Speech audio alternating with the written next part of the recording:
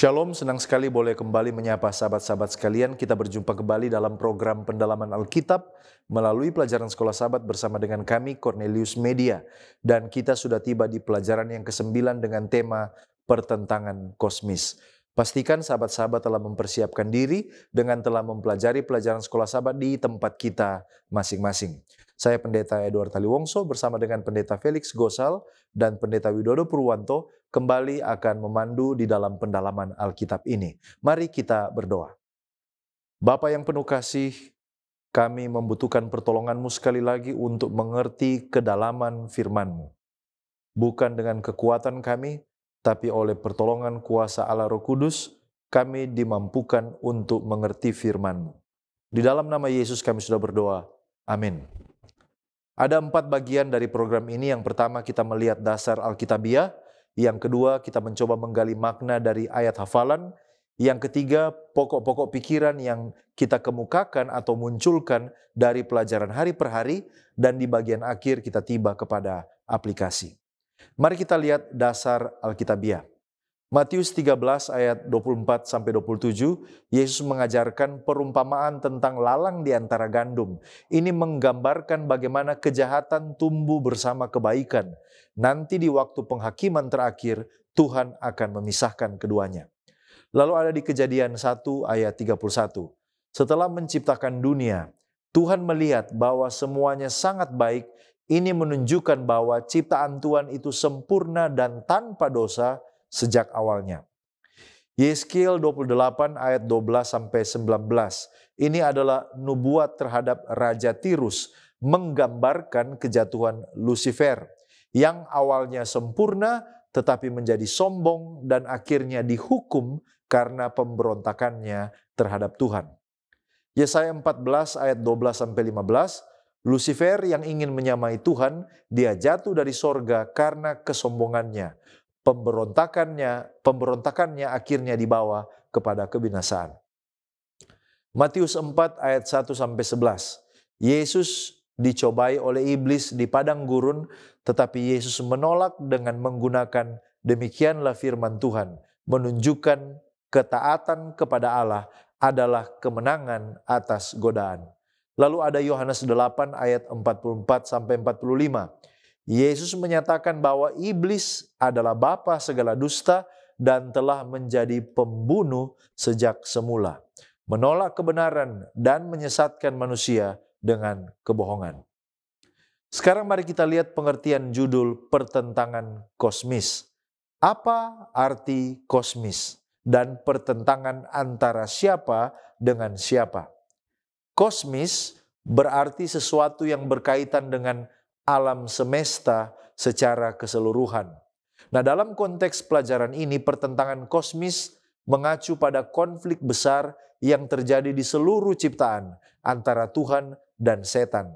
Konflik ini bukanlah pertempuran antara dua kekuatan yang setara, tetapi ini adalah pemberontakan Lucifer, makhluk ciptaan terhadap Allah, Sang Pencipta. Setan berusaha merebut penyembahan yang seharusnya hanya diberikan kepada Tuhan saja. Yesaya 14, Yeskiel 28, dan Wahyu 12 ayat 7-9.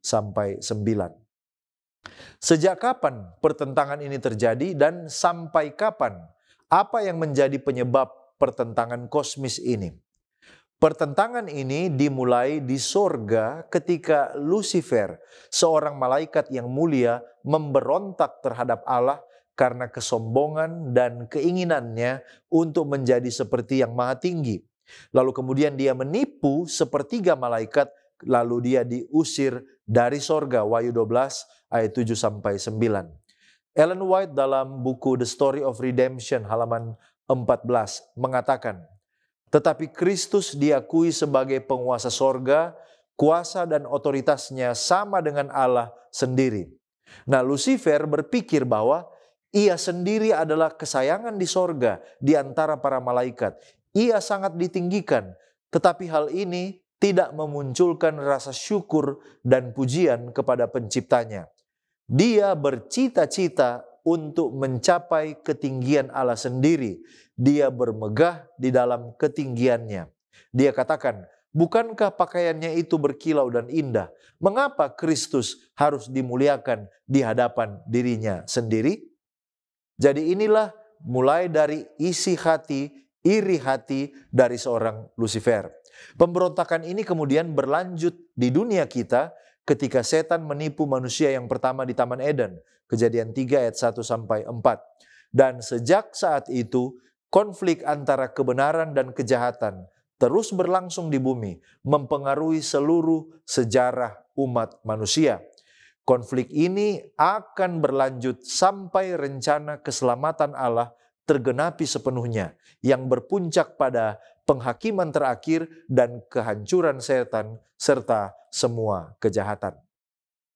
Apa akhir dari pertentangan kosmis dan apa solusi akhir? Lalu siapa yang akan menjadi pemenang dan pihak yang dikalahkan? Akhir dari pertentangan kosmis adalah kemenangan mutlak Allah atas setan. Solusi akhirnya adalah penghakiman Allah yang akan membinasakan kejahatan sepenuhnya. Lalu Tuhan akan menciptakan langit dan bumi yang baru di mana tidak ada lagi dosa dan penderitaan. Wahyu 21 ayat 1-4. Jadi, pemenang di dalam konflik ini adalah Yesus Kristus dan semua orang yang setia kepadanya. Lalu yang dikalahkan adalah setan, malaikat-malaikatnya, dan semua yang menolak keselamatan di dalam Kristus. Kita tiba pada ayat hafalan atau ayat inti Kejadian pasal 3 ayat 15. Aku akan mengadakan permusuhan antara engkau dan perempuan ini, antara keturunanmu dan keturunannya. Keturunannya akan meremukkan kepalamu dan engkau akan meremukkan tumitnya. Mari kita lihat apa kisah yang terjadi di dalam Kejadian pasal 3 ini. Nah, Kejadian pasal 3 ini adalah kisah tentang kejatuhan manusia pertama, yaitu Adam dan Hawa. Di sini kita melihat ular menggoda Hawa untuk melanggar perintah Tuhan dengan memakan buah dari pohon pengetahuan baik dan yang jahat. Hawa akhirnya memutuskan untuk memakan buah itu, kemudian memberikannya kepada Adam suaminya, dan suaminya juga memutuskan untuk memakan buah itu. Nah, akibat dari pelanggaran ini Tuhan mengumumkan kutuk atas ular, kemudian kutuk atas perempuan, dan juga kutuk atas laki-laki. Tetapi di dalam pasal ini, khususnya ayat inti kita atau ayat tema kita, Tuhan juga mengumumkan janji penebusan, di mana ayat ini dikenal dengan proto-evangelium atau Injil yang pertama di dalam Alkitab. Nah, kalau begitu siapa yang berkata dalam ayat ini dan ditujukan kepada siapa? Baik, aku di sini merujuk kepada nama Allah atau tentagram YHWH. Itu berarti aku adalah Allah sendiri.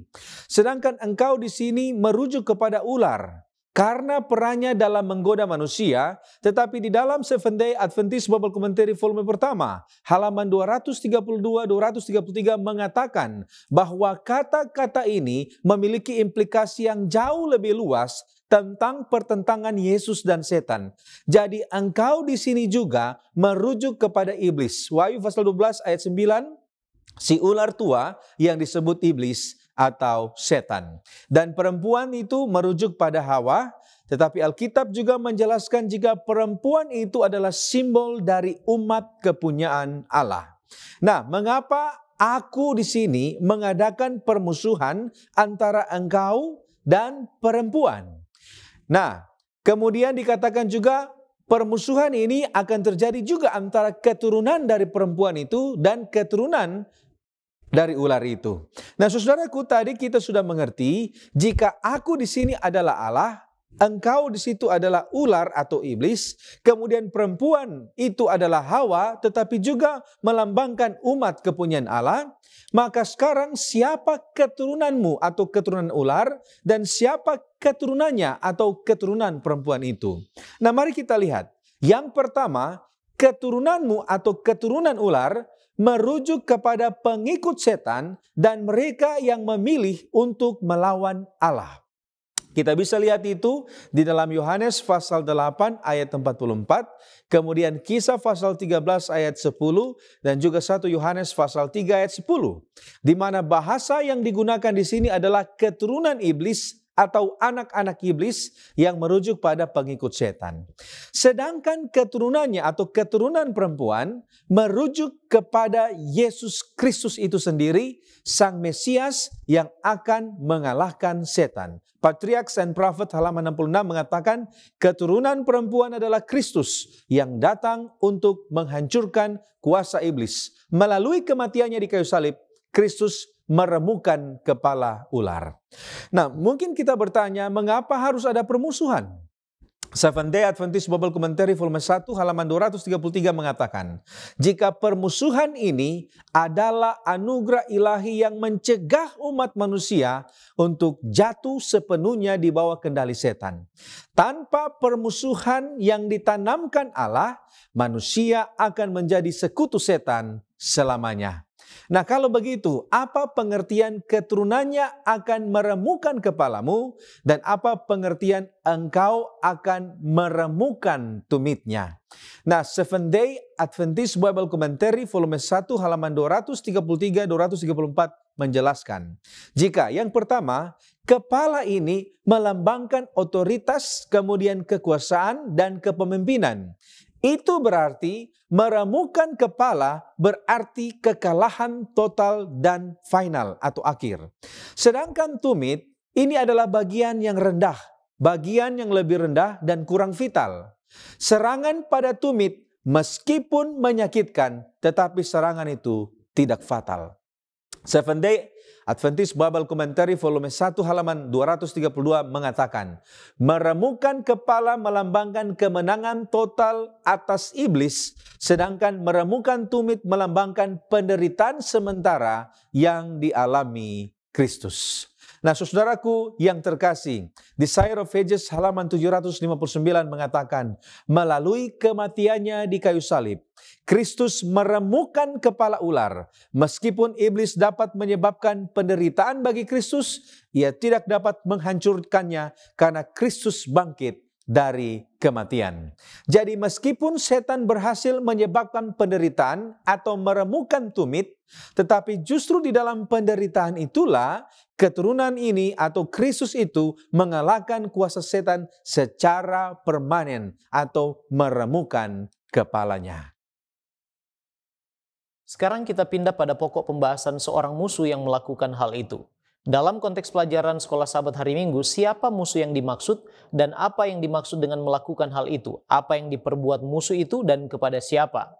Yesus menjelaskan dalam Matius 13 ayat 39 bahwa musuh yang dimaksud ialah iblis. Apa yang diperbuatnya? Matius 13 ayat 25 katakan, ia menaburkan benih lalang di ladang di antara para gandum.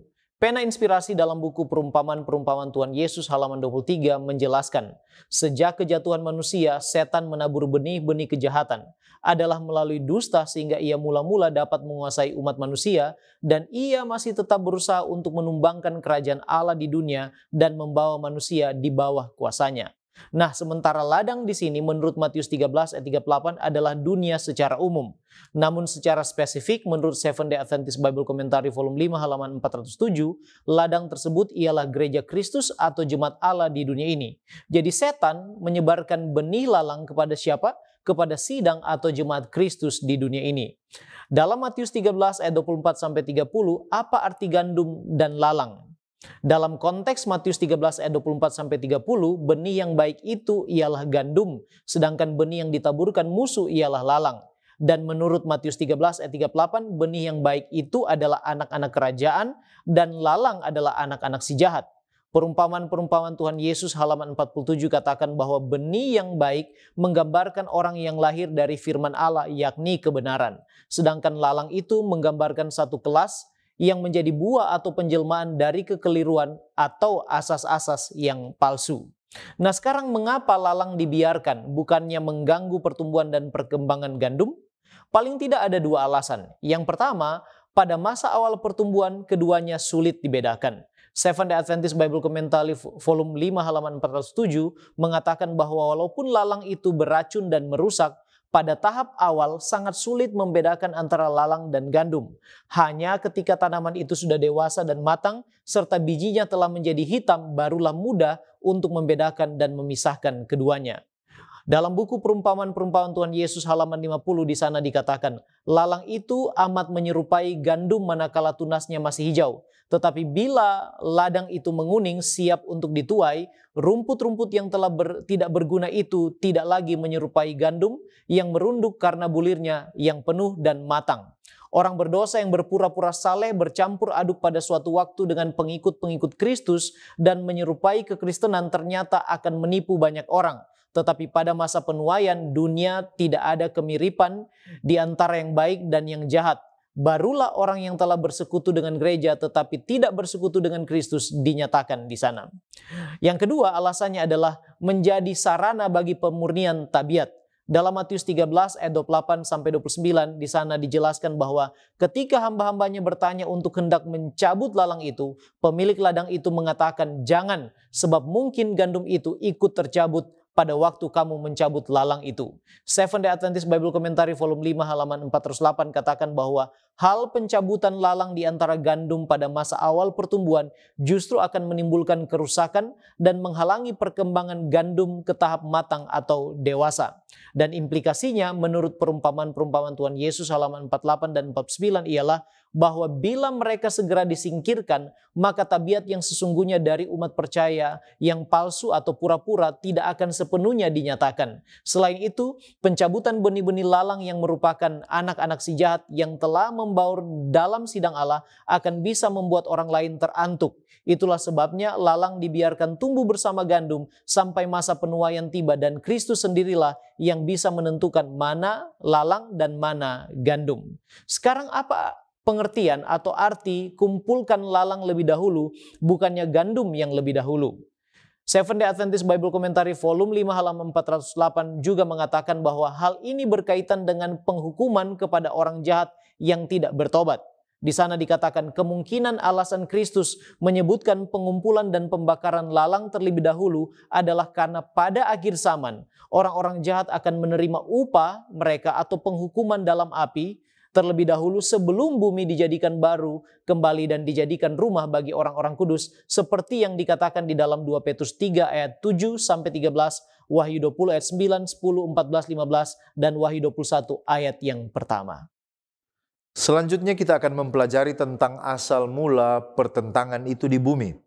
Mengapa bumi yang diciptakan amat baik sesuai dengan Kejadian 1 ayat 31 tetapi ada noda kejahatan dan dosa? Nah, kita tahu bahwa Allah menciptakan segala sesuatu dalam keadaan sempurna.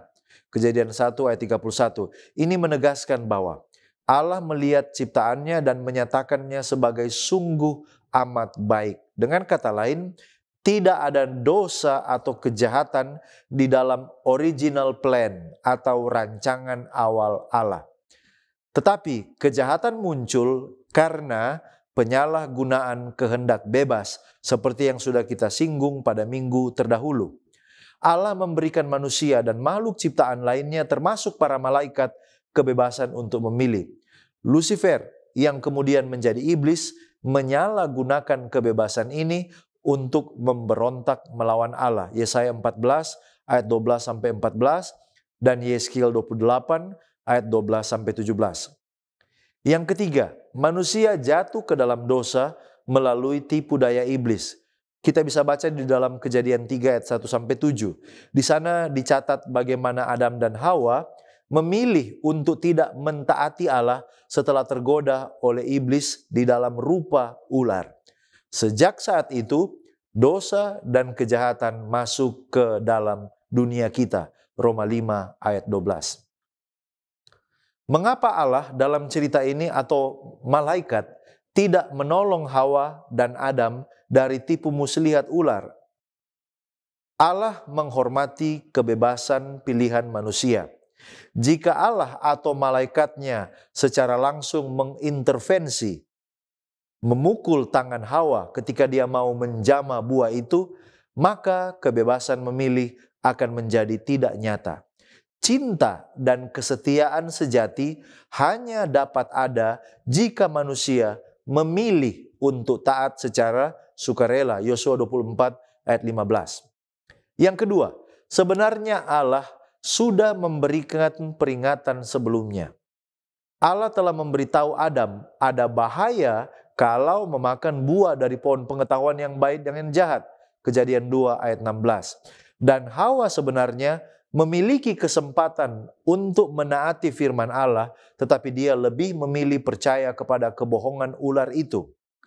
Ellen White dalam Story of Redemption halaman 32 menyatakan bagaimana sebenarnya malaikat sudah memperingatkan dia sebelumnya. Di sana dikatakan, Hawa tanpa sadar pada awalnya terpisah dari suaminya dalam pekerjaannya. Ketika ia menyadari fakta itu, ia merasa ada bahaya. Tetapi sekali lagi ia merasa dirinya aman, meskipun ia tidak berada di sisi suaminya. Dia memiliki hikmat dan kekuatan untuk mengetahui jika kejahatan datang dan untuk menghadapinya. Hal ini telah diperingatkan oleh para malaikat untuk tidak dilakukannya. Jadi jelas bahwa sebenarnya peringatan-peringatan, nasihat-nasihat sudah diberikan sebelum dia bertemu dengan ular itu dalam sebuah percakapan di Taman Eden. Yang ketiga, ujian itu untuk pertumbuhan karakter bagi manusia. Sama seperti ujian iman bagi makhluk ciptaan lainnya, Adam dan Hawa juga harus diuji. Pilihan mereka menunjukkan siapa yang benar-benar mereka percayai. Apa hukuman langsung dan yang akan datang kepada manusia dan iblis? Mengapa manusia setelah Hawa dan Adam harus menanggung akibatnya? Sepertinya ini sesuatu yang tidak adil. Mari kita lihat hukuman langsung yang terjadi. Yang pertama adalah rasa malu dan rasa takut. Kejadian 3 ayat 7 sampai 10. Yang kedua adalah kutukan atas bumi. Kejadian 3 ayat 17 sampai 19. Bagaimana bumi ini akan menjadi sulit untuk ditanami dan manusia harus bekerja keras supaya dapat hidup. Lalu kemudian penderitaan di dalam kehidupan. Hawa mengalami kesakitan saat melahirkan. Kejadian 3 ayat 16. Lalu kemudian manusia akan mengalami kematian. Lalu sekarang kita lihat hukuman langsung bagi iblis. Kejadian 3 ayat 14-15 menyatakan bahwa ular akan merayap di atas perutnya sebagai simbol penghinaan kepada iblis. Yang kedua, janji penghancuran oleh Mesias. Kejadian 3 ayat 15 atau seringkali yang disebut sebagai proto-evangelium atau Injil yang paling pertama memberikan nubuat bahwa suatu saat nanti keturunan perempuan yaitu Mesias akan meremukkan kepala ular yang berarti kemenangan akhir Kristus atas iblis. Sekarang kita lihat hukuman yang akan datang. Bagi manusia, mereka akan mengalami kematian fisik. Tetapi solusinya ada harapan di dalam Yesus Kristus untuk memperoleh hidup yang kekal. Roma 6 ayat 23. Nah, bagi iblis, Wahyu 20 ayat 10 menegaskan bahwa iblis akan dihukum di dalam lautan api untuk selama-lamanya. Mengapa manusia yang lain, kita keturunannya yang datang kemudian menanggung akibatnya? Saudara-saudaraku, dosa membawa konsekuensi alami. Roma 5 ayat 12. Ini menyatakan bahwa dosa satu orang membawa dosa kepada semua manusia. Sama seperti keturunan orang yang terkena penyakit genetik bisa mengalami efeknya, demikian juga dosa Adam dan Hawa berimbas kepada keturunannya. John Calvin dalam The Crossway Classic Commentary mengomentari tentang hal ini. Dia katakan, pertama-tama perlu dicatat bahwa hukuman tidak ditimpakan kepada anggota pertama umat manusia hanya kepada mereka saja, tetapi diperluas secara umum kepada seluruh keturunan mereka, agar kita dapat mengetahui bahwa umat manusia telah terkutuk di dalam diri mereka. Selanjutnya kita melihat bahwa mereka hanya dikenakan hukuman sementara, sehingga dari murka ilahi yang sedang berlangsung, mereka dapat memiliki pengharapan akan pengampunan. Setelah Allah berbicara secara singkat tentang dosa Adam, Dia mengumumkan bahwa tanah akan terkutuk karena dia. Sekarang sebagaimana berkat atas bumi, berarti dalam bahasa Alkitab, kesuburan yang ditanamkan oleh Allah dengan kuasanya yang tersembunyi, maka kutuk tidak lain adalah kebalikannya, yaitu ketika Allah menarik kemurahannya. Tetapi Allah memberikan solusi. Mengapa? Oleh karena di dalam Kristus semua manusia diberikan kesempatan untuk ditebus. Yesus datang sebagai the second Adam atau Adam kedua untuk membawa kehidupan bagi mereka yang percaya kepadanya. 1 Korintus 15 ayat 22. Mari kita tiba pada pokok pembahasan mengenai asal mula pertentangan di sorga. Mengapa Lucifer jatuh? Siapa yang menggoda Lucifer?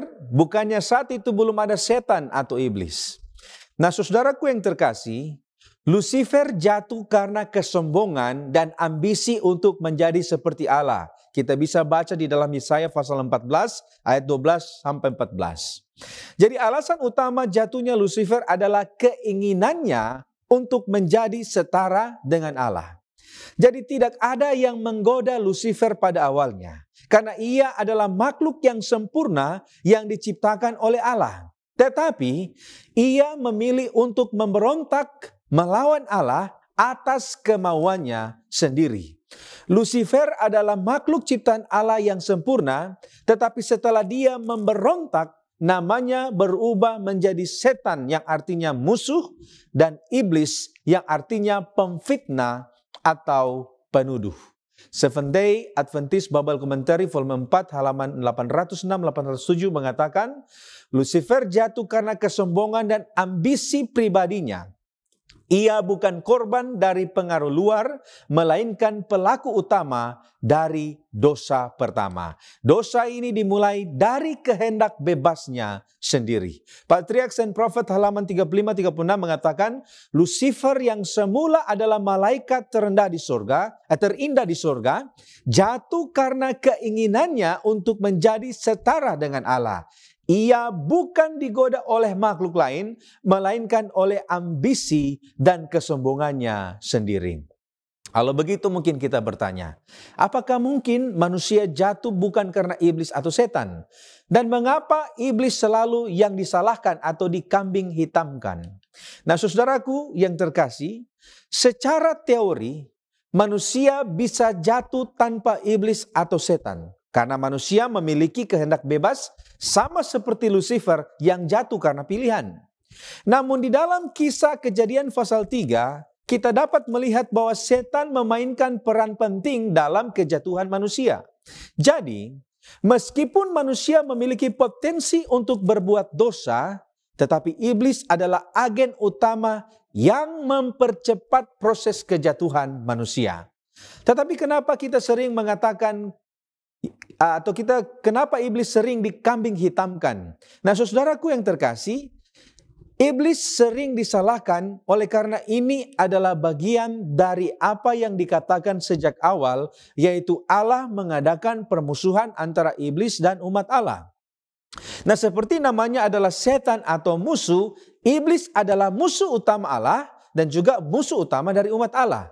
Nah, saat ini setan adalah sumber utama dosa yang menyebabkan manusia itu jatuh ke dalam dosa. Tetapi saudara-saudara, penting untuk dicatat bahwa manusia juga bertanggung jawab atas pilihan-pilihan mereka sendiri. Iblis mungkin menawarkan godaan, tetapi kejatuhan manusia dalam dosa bukanlah kesalahan setan semata-mata. Manusia bertanggung jawab penuh atas pilihannya. Kita berdosa dengan keinginan kita sendiri untuk memilih dosa dan menyerah pada penggodaan. Ingat bahwa Lucifer dengan keinginannya sendiri, dia memilih untuk melawan Allah.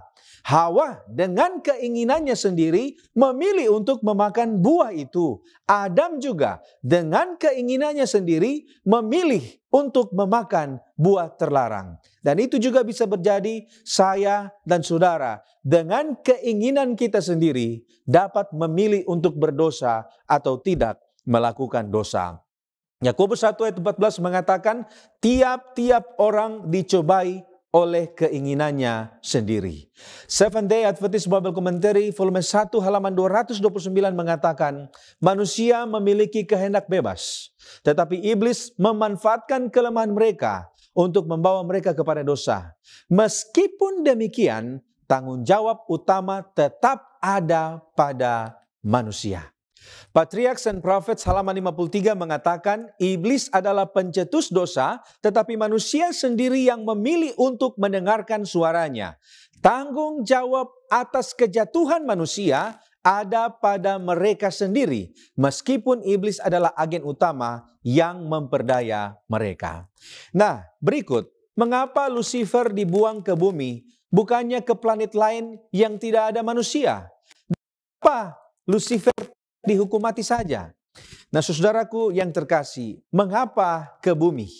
Apakah setan diarahkan untuk pergi ke bumi atau pilihannya sendiri untuk datang ke bumi?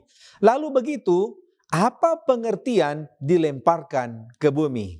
Nah, saudara, Francis Nicole di dalam Seventh-day Adventist Bible Commentary jilid 7 halaman 810 mengatakan bahwa kontroversi di surga dimulai dari rencana penciptaan manusia. Jadi itu terjadi pada saat Allah mengatakan, baiklah kita menjadikan atau menciptakan manusia menurut gambar dan rupa kita. Kontroversi itu dimulaikan dari rencana penciptaan ini.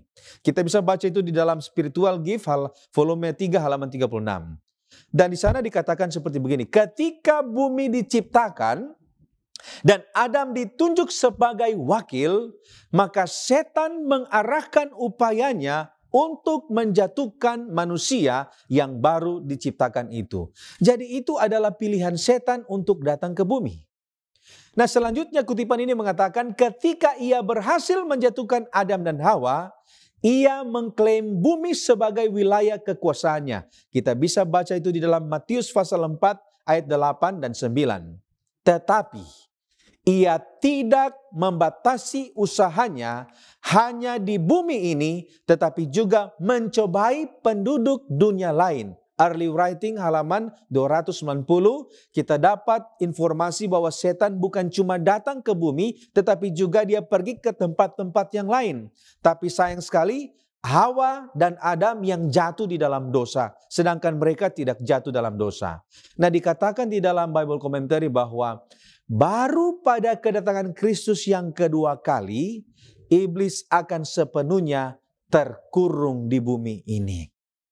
Nah, sehubungan dengan ini, Early Writing halaman 290 memberikan komentar seperti begini. Di sini atau di bumi ini, ia atau setan akan dikurung untuk mengembara ke sana kemari di atas permukaan bumi yang rusak dan melihat akibat pemberontakannya terhadap hukum Allah.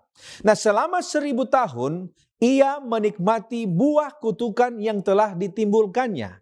Karena terbatasnya atau karena terbatas hanya di bumi, ia tidak akan memiliki hak istimewa untuk menjelajah ke planet-planet lain, untuk menggoda dan mengganggu mereka yang belum jatuh. Seventh-day Adventist Bible Commentary menjelaskan bahwa bumi menjadi tempat di mana karakter dan prinsip setan akan sepenuhnya terungkap dan di mana pertikaian besar antara Kristus dan setan akan diselesaikan melalui rencana keselamatan. Jadi bumi ini menjadi semacam teater bagi seluruh alam semesta untuk menyaksikan konflik moral ini. Patriarchs and Prophets halaman 67 mengatakan, Allah tidak langsung menghukum iblis karena dia ingin membiarkan waktu bagi alam semesta untuk melihat sifat asli pemberontakan. Melalui rencana penebusan, Allah menunjukkan kasih-Nya dan membuktikan bahwa dosa hanya membawa kehancuran. Ya, kita berpindah kepada pokok pembahasan jika engkau menyembah aku. Mengapa Yesus dicobai setan? Apakah ini merupakan rencana ilahi sebelum pelayanannya? Pena Inspirasi menekankan bahwa Yesus dalam kehidupannya di dunia ini selalu mengikuti rencana dan kehendak Bapanya. Desire of Ages halaman 147 mengatakan bahwa setiap tindakan kehidupan Kristus di dunia ini adalah untuk menggenapi rencana yang sudah ada sejak zaman kekekalan. Sebelum ia datang ke bumi, rencana itu sudah terbentang di hadapannya, sempurna dalam segala perinciannya. Tetapi ketika dia berjalan di antara manusia, dia dituntun langkah demi langkah oleh kehendak Bapa. Ia tidak ragu-ragu untuk bertindak pada waktu yang telah ditentukan. Dengan ketundukan yang sama, ia menunggu sampai waktunya tiba. Jadi dalam menjalani pencobaan sebagai manusia, itu juga adalah bagian dari rencana Allah. Dalam buku My Life Today, halaman 300, di sana dikatakan bahwa Ia datang untuk mengambil ke atas dirinya sifat kita untuk dicobai dalam segala hal sama seperti kita dan meninggalkan di hadapan kita teladan kemurnian yang sempurna dan karakter yang tidak bercacat. Karena Dia telah dicobai dalam segala hal sama seperti kita, maka Dia tahu bagaimana bersimpati kepada kita. Tanpa mengalami pencobaan dan penderitaan manusia, Yesus tidak akan pernah layak menjadi teladan, penolong, imam, atau perantara, serta juru selamat bagi manusia. Jadi alasan mengapa Yesus mengalami pencobaan sebagai manusia adalah pertama, karena itu adalah bagian dari rencana penebusan Allah melalui inkarnasi Yesus. Berikutnya, mengapa Yesus dicobai setan? Karena setan melihat adanya peluang mengalahkan Yesus dengan berbagai pencobaannya pada saat Yesus berada di padang gurun. Matius 4 ayat 1 katakan, maka Yesus dibawa oleh roh ke padang gurun untuk dicobai iblis. Yesus memang dituntun oleh roh ke padang gurun, namun bukan untuk mengundang pencobaan. Seventh-day Adventist Bible Commentary volume 5 halaman 309, di sana dijelaskan bahwa Yesus tidak mengundang pencobaan dan Ia tidak dengan sadar menempatkan dirinya di wilayah yang dikuasai oleh iblis. Ia mengasingkan dirinya ke padang gurun untuk menyendiri dengan Bapanya dan merenungkan tugas yang ada di hadapannya. Alfa Omega Jilid 5 halaman 107. Ia tidak pernah mengundang penggodaan. Ia pergi ke padang belantara untuk mengasingkan diri, untuk merenungkan tugas serta pekerjaannya. Oleh puasa dan doa, ia harus mempersiapkan dirinya untuk jalan berlumuran darah yang mesti ditempuhnya. Tetapi setan mengetahui bahwa juru selamat telah pergi ke padang belantara dan pikirnya inilah saat yang terbaik untuk menghampiri dia. Jadi dalam kondisi inilah setan melihat ada peluang untuk mengalahkan Yesus melalui pencobaannya. Early Writings halaman 105 katakan bahwa iblis mengambil keuntungan dari penderitaan anak Allah dan bersiap-siap untuk mencobainya dalam berbagai macam pencobaan dengan harapan memperoleh kemenangan atasnya. Nah sekarang apakah Allah dan malaikatnya menolong Yesus dari godaan setan? Kalau iya, mengapa manusia pertama tidak ditolong dari godaan ular? Oleh karena iman dan penyerahannya lah Kristus mendapatkan pertolongan sorga. Dikatakan dalam Alfa Omega Jilid 5 halaman 113 dan 114 bahwa Ia telah datang untuk menanggung ujian seperti yang harus kita tanggung, meninggalkan bagi kita suatu teladan iman dan penyerahan diri. Karena dikuatkan dengan ingatan akan suara yang dari sorga itu, Ia bersandar pada kasih Bapanya. Kemudian dalam buku That I May Know Him halaman 240, di sana dikatakan bahwa Kristus datang ke dunia ini untuk berperang seorang diri melawan musuh manusia ini. Dan dengan demikian merebut umat manusia dari cengkraman iblis. Dalam mencapai tujuan ini, Ia tidak menahan nyawanya sendiri. Namun demikian, Early Writings halaman 155 mengatakan bahwa di padang gurun, Roh Kudus telah mempersiapkannya untuk menghadapi adegan khusus pencobaan yang berat itu. Jadi kekuatan sorga melalui Roh Kuduslah yang bekerja mengingatkan akan setiap janji dalam firman Allah pada saat Yesus menghadapi pencobaan-pencobaan setan di padang gurun. Pertolongan sorga juga diberikan kepada Adam dan Hawa ketika menghadapi pencobaan setan dan godaan ular. Dikatakan dalam buku Lift Him Up halaman 20 bahwa telah diputuskan dalam dewan sorga agar para malaikat mengunjungi Eden dan memperingatkan Adam bahwa ia berada dalam bahaya dari musuh. Mereka memberitahu mereka bahwa setan bermaksud mencelakakan diri mereka dan mereka perlu dijaga karena mereka mungkin akan bersentuhan dengan musuh yang jatuh. Tetapi ia tidak dapat mencelakakan mereka selama mereka tunduk pada perintah Allah, karena jika perlu setiap malaikat dari sorga akan datang menolong mereka dan tidak akan mencelakakan mereka dengan cara apapun. Selanjutnya, para malaikat memerintahkan mereka untuk mengikuti dengan seksama instruksi yang telah Allah berikan kepada mereka sehubungan dengan pohon pengetahuan. Karena dengan ketaatan yang sempurna mereka akan selamat dan musuh yang jatuh ini tidak akan memiliki kuasa untuk menipu mereka. Sekarang apa kunci kemenangan Yesus atas pencobaan setan? Dan apa arti serta manfaat kemenangan Yesus atas kemenangan dari pencobaan setan? Kunci kemenangan Yesus atas pencobaan setan ialah yang pertama, firman Allah. Alfa Omega Jilid 5 halaman 114. Yesus menghadapi setan dengan ucapan kitab suci. Ada tertulis katanya, dalam setiap pencobaan senjata perangnya ialah sabda Allah. Selama Kristus berpegang teguh pada pendirian ini, penggoda itu tidak dapat menarik keuntungan. Yang kedua, iman dan penyerahan. Alfa Omega jilid 5 halaman 126. Yesus mendapatkan kemenangan oleh penyerahan dan iman pada Allah. Dan hal ini sesuai dengan Yakobus 4 ayat 7 dan ayat yang ke-8. Kemenangan Kristus berarti jaminan dan teladan bagi kita untuk menang terhadap pencobaan setan.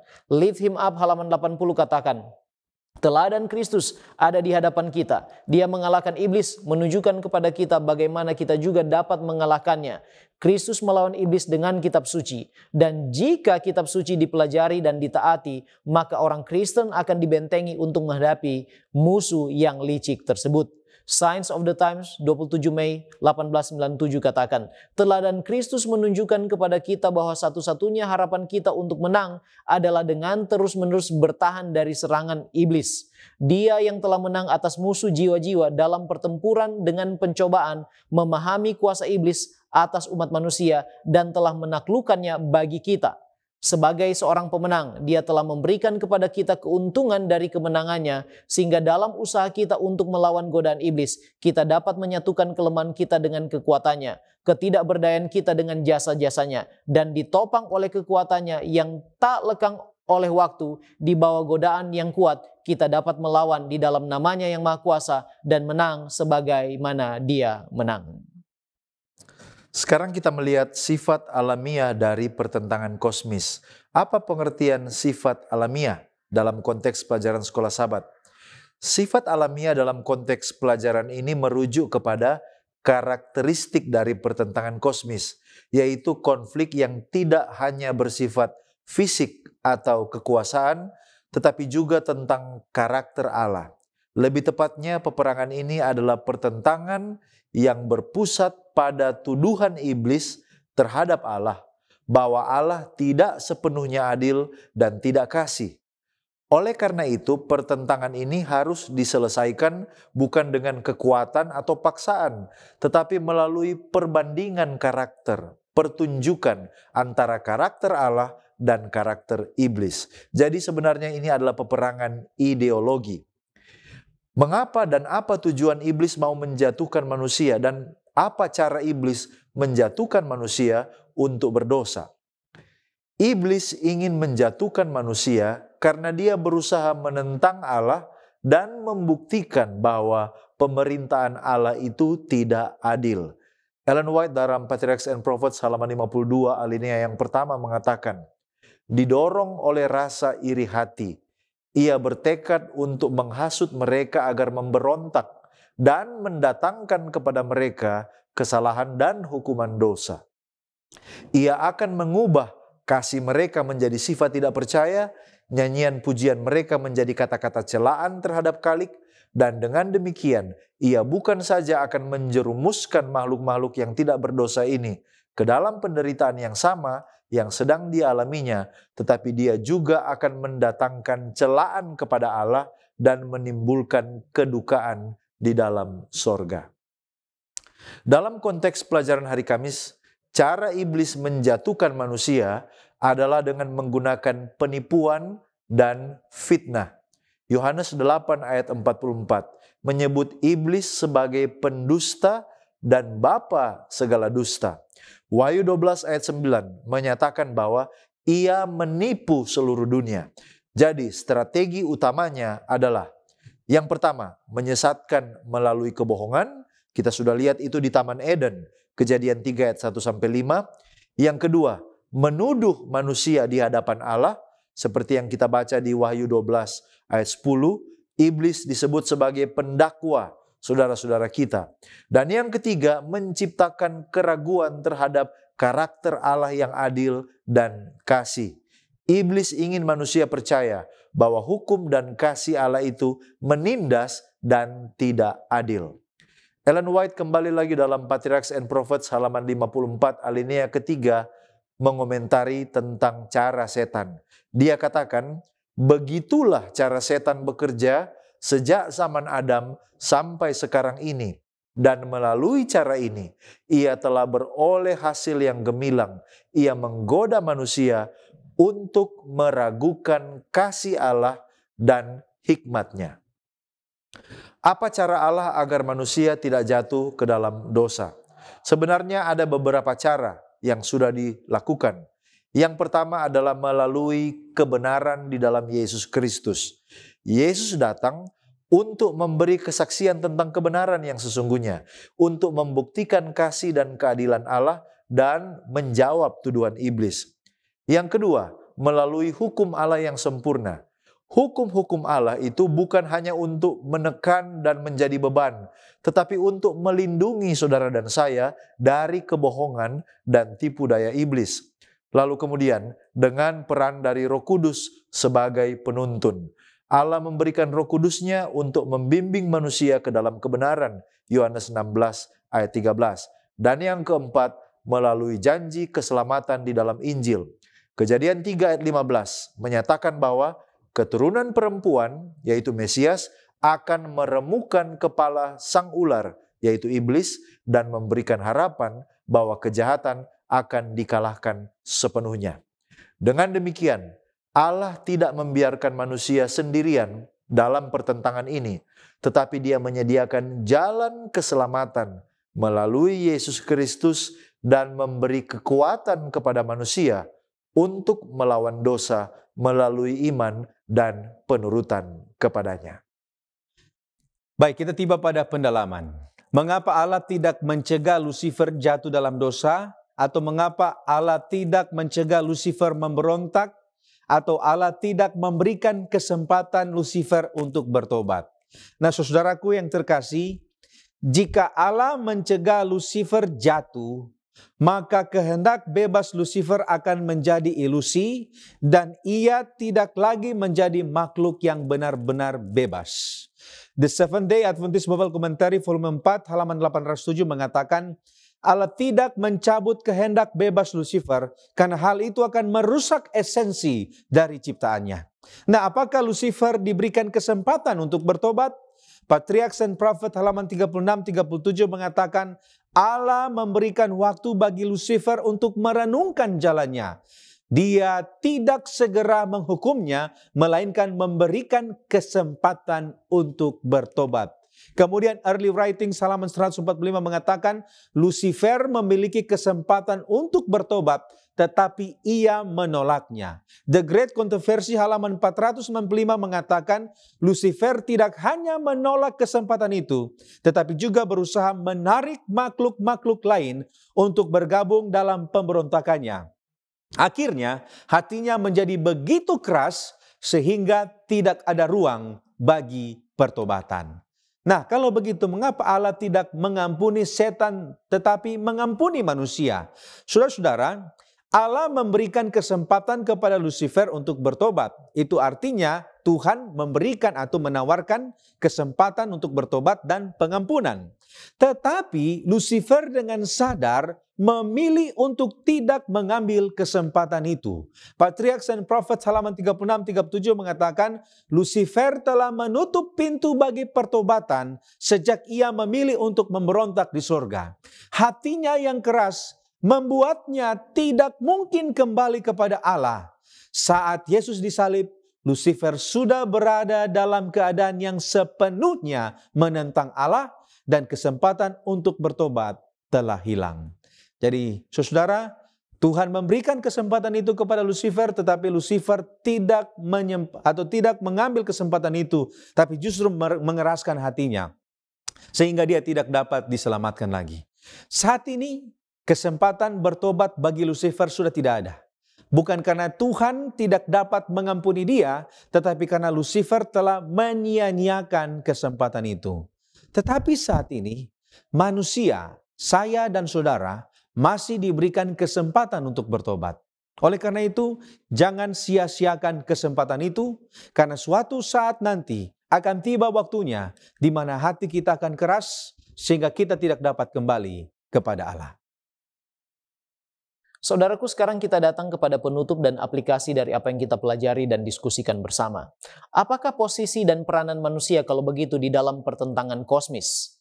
Fundamental Beliefs 8, di sana dikatakan bahwa semua manusia kini terlibat dalam pertikaian besar antara Kristus dan setan mengenai tabiat Allah, hukumnya dan kekuasaannya atas alam semesta. makhluk ciptaan yang memperhatikan dunia ini menjadi arena konflik universal.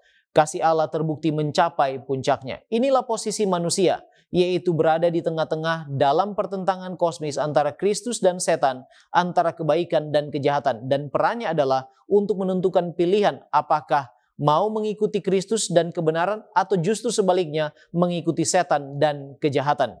Itulah sebabnya dikatakan dalam Testimonies for the Church jilid 1 halaman 341 bahwa manusia yang jatuh adalah tawanan sah iblis. Misi Kristus adalah untuk menyelamatkan dia dari kuasa musuh besarnya. Manusia secara alami cenderung mengikuti saran-saran iblis dan ia tidak dapat berhasil melawan musuh yang begitu mengerikan kecuali Kristus, sang penakluk yang perkasa berdiam di dalam dirinya, membimbing keinginannya dan memberikan kekuatan. Hanya Allah lah yang mampu membatasi kekuatan iblis. Penting bagi umat Allah untuk memahami hal ini agar mereka dapat lolos dari jerat si jahat dan pada akhirnya memilih untuk mengikuti juru selamat dan diselamatkan. Nah, kalau begitu, apakah dampak positif dan negatif dari pertentangan kosmis bagi manusia? Dampak negatifnya jelas bahwa pertentangan kosmis bagi manusia telah menghasilkan dosa, terpisah dari Allah, penderitaan, dan juga kematian. Serta dikatakan dalam bagian pendahuluan buku The Great Controversy bahwa peperangan antara yang baik dan yang jahat telah dimulai jauh sebelum awal sejarah. Kebencian, penyakit, kekerasan, dan kematian adalah hasil sampingan dari konflik ini dan kita semua terkena dampaknya. Sedangkan dampak positifnya adalah bahwa melalui pertentangan kosmis ini, manusia bisa belajar dan menyaksikan tentang bagaimana Allah berurusan dengan pemberontakan, dosa, serta akibatnya. Bagaimana karakter Allah dan hukumnya tidak dapat berubah. Serta kita boleh melihat kasih dan keadilan Allah dinyatakan lewat pengorbanan Kristus. Bahkan dalam buku Patriarch and Prophets halaman 33 di sana dikatakan bahwa sejarah pertikaian besar antara yang baik dan yang jahat sejak pertama kali dimulai di sorga hingga penumpasan, pemberontakan, dan penghapusan dosa secara total juga merupakan sebuah demonstrasi atau pertunjukan dari kasih Allah yang tidak pernah berubah. Kiranya melalui pertentangan kosmis di mana kita terlibat di dalamnya, kita bisa melihat kasih Allah yang hebat dan dahsyat melalui pengorbanan Yesus Kristus untuk menjaminkan kemenangan atas dosa dan setan. Mari kita tunduk kepala dan berdoa supaya kita boleh berdiri di pihak Kristus. Bapa kekal Allah kami yang bertahta dalam kemuliaan sorga. Kami bersyukur kami memiliki Allah yang sungguh baik seperti Engkau. Engkau memberikan kami jaminan keselamatan. Engkau berikan kesempatan kepada kami untuk belajar firman-Mu, supaya kami dapat membentengi pikiran dan hidup kami dari serangan dan penipuan si jahat. Bapa di sorga, pertentangan kosmis ini sangat mengerikan, tapi kami bersyukur. Kami memiliki Allah melalui Yesus Kristus yang adalah pemenang, penakluk dari musuh besar kami, yaitu si jahat. Kiranya Tuhan tolong kami, supaya kami boleh berdiri teguh dalam kebenaran, boleh menjadi pengikut-pengikut Kristus yang sejati, supaya kami boleh mewarisi mahkota kehidupan dan kerajaan sorga itu, di mana kami boleh hidup kekal selama-lamanya bersama dengan semua umat tebusan, melihat Allah kami yang telah menyelamatkan kami. Terpujilah Engkau Tuhan, ampuni kami dari dosa kami, berkatilah kami semua, di dalam nama Yesus Kristus kami sudah berdoa. Haleluya, amin.